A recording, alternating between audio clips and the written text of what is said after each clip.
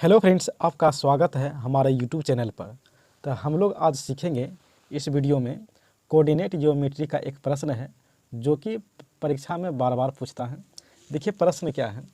तो प्रश्न है कि उस बिंदु के निर्देशांक ज्ञात कीजिए जो बिंदु -1, 7 और बिंदु जो है 4-3 को मिलाने वाले रेखाखंड को 2:3 के अनुपात में विभाजित करता है। तो विभाजन सूत्र वाला प्रश्न एक पूछता है। तो चलो इससे पहले क्या करेंगे, इससे पहले एक रेखाखंड खींच लेंगे। यहाँ एक बिंदु को हम ए मान लेते हैं, बी बिंदु को दूसरा बिंदु को हम बी मान लेते हैं। तो देखो बिंदु ए में दिया गया है -1 और 7, अब बिंदु बी में दिया गया है 4 और -3। तो -1 को हम x1 मान लेंगे और 7 को हम y1 मानेंगे, और यहाँ पर है 4 को हम x2 मानेंगे और -3 को y2 मानेंगे। अब जो देखो कहता है कि रेखाखंड को 2:3 के अनुपात विभाजित करता है। तो रेखाखंड को यहाँ पर हम P एक बिंदु में यहाँ पर P के निर्देशांक मानेंगे। ये जो P बिंदु है ये 2:3 में बांटता है।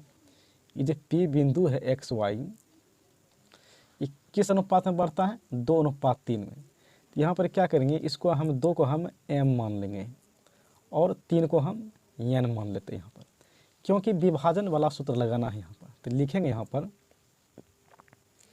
बिंदु P के निर्देशांक, बिंदु P के निर्देशांक है P, देखो P x, y। इसीलिए यहाँ पर लिखेंगे x इजकल टू, विभाजन सूत्र से पहले लिखेंगे कि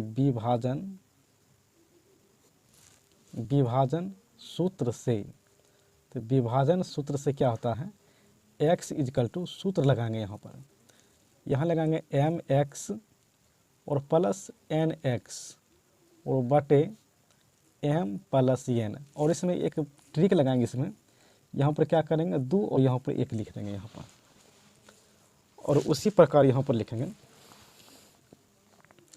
ये तो हो गया x, और y इजकल टू भी इसी तरह निकालेंगे y का मान। यहाँ पर लिखेंगे my और प्लस ny बटे m प्लस n।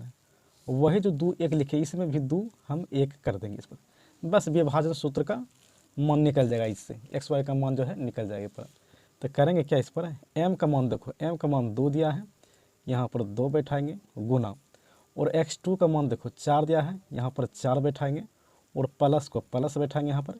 n का मान देखो यहाँ पर 3 दिया है तो 3 बैठाएंगे, और x1 कितना दिया है, x1 -1 दिया है तो -1 बैठाएंगे यहाँ पर।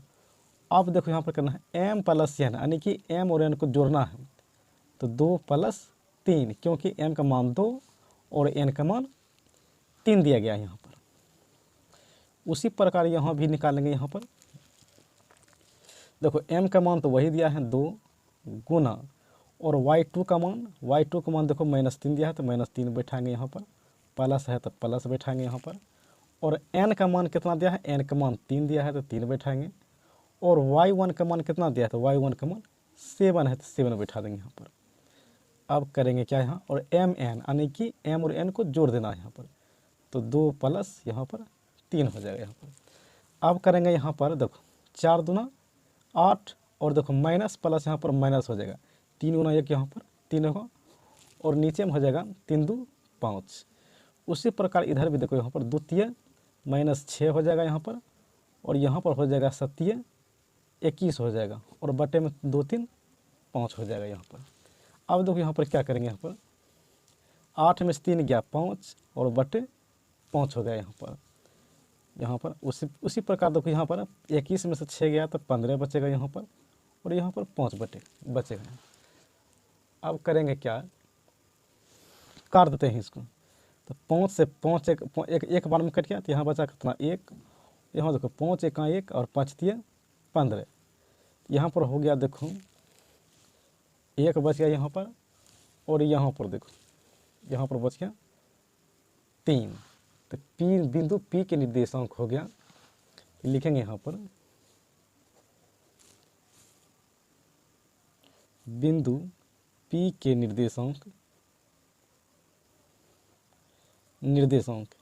क्या माने हैं, देखो यहाँ पर जब माने हैं बिंदु P के निर्देशांक, देखो यहाँ पर माने बिंदु P के निर्देशांक एक्स वाई माने हैं, तो एक्स का मान 1 निकला है और वाई का मान 3 निकला है।